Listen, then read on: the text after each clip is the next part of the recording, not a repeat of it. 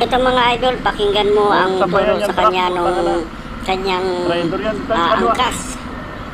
Ang rider ay tinuruan kung paano na hindi dapat sabayan ng truck dahil sa malamang na hindi ka makita o dahil sa laki niya ay masyadong hindi talagang mapapansin dahil ang gumagantong truck ay talagang napakalaki ng blind spot at ito ay maaari mong ikapahamak.